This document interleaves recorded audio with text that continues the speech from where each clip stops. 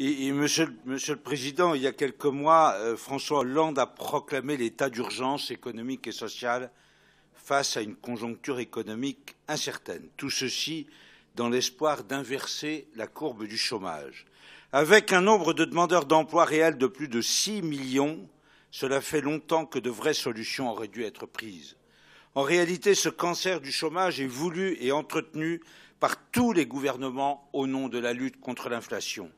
L'inflation est en effet devenue le principal ennemi des politiques économiques. La raison en est simple. L'inflation érode le rendement du capital et limite l'accumulation des profits. Alors, un taux de chômage minimum stabilise l'inflation.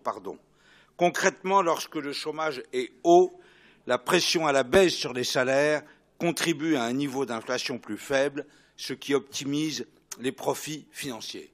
Voilà pourquoi Nicolas Sarkozy et François Hollande n'ont rien fait et ne feront jamais rien contre le chômage.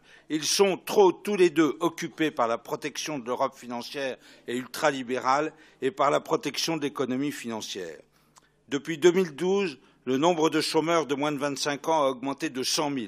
Dans toutes les catégories, dans tous les compartiments du jeu, le chômage de masse sous Sarkozy et sous Hollande a considérablement augmenté et nous savons pourquoi. Alors, voir le groupe socialiste présenter un rapport visant à lutter contre le chômage pour les personnes les plus éloignées de l'emploi, c'est comme si Landru voulait devenir procureur de la République, comme si Strauss-Kahn et Baupin voulaient devenir professeurs de terminale au lycée de la Légion d'honneur à Saint-Denis. Quelle opération d'enfumage! Mais sans aucun scrupule, vous avez osé. Que vos propositions soient particulièrement nulles, ça vous est complètement égal.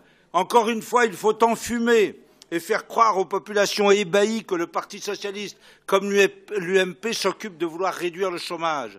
Ce qui montre surtout la nullité de vos propositions, c'est qu'elles existent déjà quasiment toutes.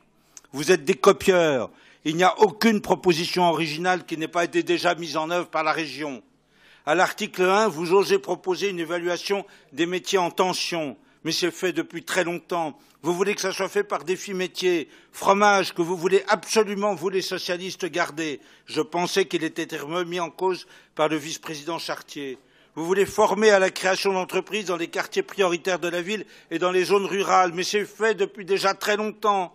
À l'article 5, vous confortez d'autres fromages et vous voulez ajouter 500 000 € au fonctionnement du dispositif Garantie Jeunes des missions locales. Il en est de même avec le dispositif Pacte Deuxième Sens. Bien entendu, vous créez un nouveau dispositif, le dispositif Élan, pour favoriser toujours vos fromages, la création d'emplois pérennes dans le milieu associatif, favorisant l'émergence, le maintien ou le développement d'activités nouvelles d'utilité sociale. Et cerise sur le gâteau, évidemment, la lutte contre les discriminations à l'embauche, mais on en a déjà parlé. Pourquoi recommencez-vous dans votre niche? Pourquoi voulez-vous en rajouter un jour? Faites preuve d'imagination ou d'originalité.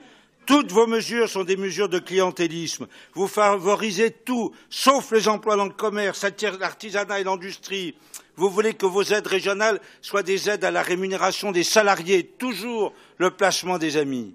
La présentation de ce rapport, le fond de ce rapport, évidemment, ne grandissait pas le groupe socialiste, mais ça, on s'y attendait. Alors, voilà que j'ai donné mon avis. Maintenant, on va vous laisser entre vous. Les représentants du chef d'État vont s'en aller. On va laisser cette nouvelle noblesse. Merci à vous.